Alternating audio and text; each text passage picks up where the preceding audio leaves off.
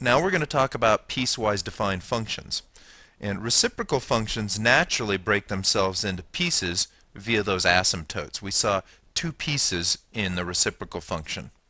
Now, it's also possible to define a function that way with several formulas so that the graph falls into distinct pieces. Those pieces may be totally separate, or you may just see definite changes in the behavior. So let's take a look at f of x equals a formula with two pieces. The first piece is x squared minus 1, and it makes sense if x is less than or equal to 0. And the second piece is x cubed minus 5, and it makes sense if x is greater than or equal to 0. In piecewise functions, you're going to see several formulas here, two or more, and to the right of it, it'll tell you where you can use that piece. So this parabola is going to be useful only for x is greater than or equal to 0, so left of x equals 0. And this cubic function is only going to be useful to the right of x equals 0. So what we're going to need to do is make up a table with several points on the left and the right hand side of x equals 0, and then try and figure out what the resulting pattern is. So I've gone ahead and written down our formula, and I'm showing a graph here, and I've put a dotted line at the border of these two pieces. Remember, x equals 0, we're going to have to work on the left hand side and the right hand side. At x equals 0, we'll use the first part of the formula because it said less than or equal to 0. So I'm going to fill out my table with some x values here. And remember, 0 is my border. So if I'm using minus 1, minus 2, that means I'm going to use the first part of the formula. If I'm using 1 and 2, that means I'll use the second piece of the formula. And I've left a spot here if I need to do a second or a third part in that second formula. So when I put minus 2 into the formula here, I get minus 2 squared, subtract 1, that's 3. So I've gone ahead and plotted that point at minus 2, 3. When I put negative 1 into the formula, I get negative 1 squared, subtract 1, and that's 0. So I've gone ahead and placed a point there. And now at the border, I get negative 1 because 0 squared minus 1 is equal to negative 1. And remember, all three of those pieces fall in that section where the x values are less than or equal to 0. Now, I know this is a parabola, and so I can see a portion of a parabola here. So I'm just going to go ahead and draw it in. As soon as I go to the other side of that border, now I have to start using x cubed minus 5 to calculate out my values. So when I put in 1,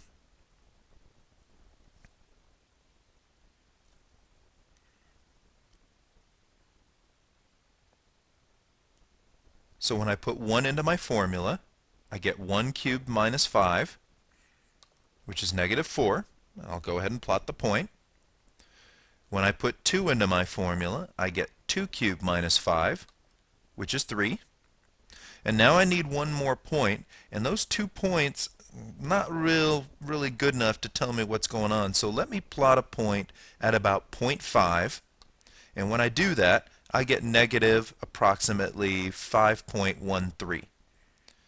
And so now I can see what's kind of happening in this thing. It's getting steep out here and less steep in here. So if I go ahead and put this pattern in, I see that graph.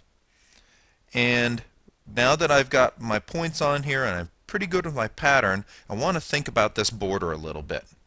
So remember, the border is on the left-hand piece here, but the right-hand piece comes all the way down up to the border but doesn't include it.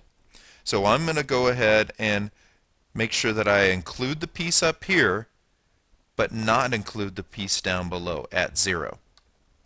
So to do that, I'll show a solid dot on this left-hand piece and an open circle down here, and that open circle means that the graph on the right goes all the way up to that but doesn't include that point. So let's take a look at another piecewise function, one called the absolute value function. And you kind of know a little bit about the absolute value function from your experience. When you take the absolute value of anything, you always get a positive number. And that's a good way to think about it. But the formula, you actually do two different things when you're taking absolute values. If the value that you're taking the absolute value of is positive, or 0, you don't do anything to the number. So absolute value of 2 is 2. Absolute value of 5 is 5.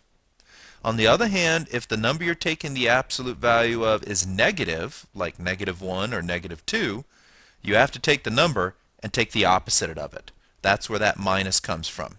Some people will look at this formula and go, wait a minute, this is giving me out a negative number, but it's actually giving you the opposite of a negative number, which means it's going to come out to be positive. Now, we could go ahead and make a table like we did before, but these two pieces here are pretty easy to understand. They're both linear. It's like mx plus b, but in both cases, the b is 0, so the y-intercept is going to be the origin. And in one case, the slope is 1, and in the other case, the slope is -1. So if I draw the piece here that's to the left of 0, it's got to go through the origin with a slope of -1. So there it is. I don't need to draw a whole bunch of points here. I can just go ahead and draw it. And notice that I stopped it at 0 because that's where the border of this function is. Now the other piece has to go through the origin, include the origin, and have a slope of 1. So when I put that piece on there, I see the positive slope of 1 here, and it goes through the point 0, 0. So basically the absolute value function is just a big V. And you can see that it's two distinct pieces, but these pieces actually connect up. Not all piecewise functions connect up, and they don't all have a big gap in them like the previous one. It just depends upon the formulas that you're working with. So we had the piece that was minus x, the slope of -1, and we had the piece that was plus x, a slope of +1, and they connect up at the origin.